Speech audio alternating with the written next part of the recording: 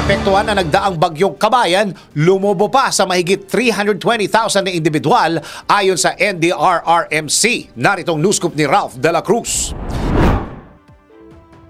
Lumobo pa sa mahigit 300,000 individual ang naapektuhan ng shearline at bagyong Kabayan sa ilang rehiyon sa bansa.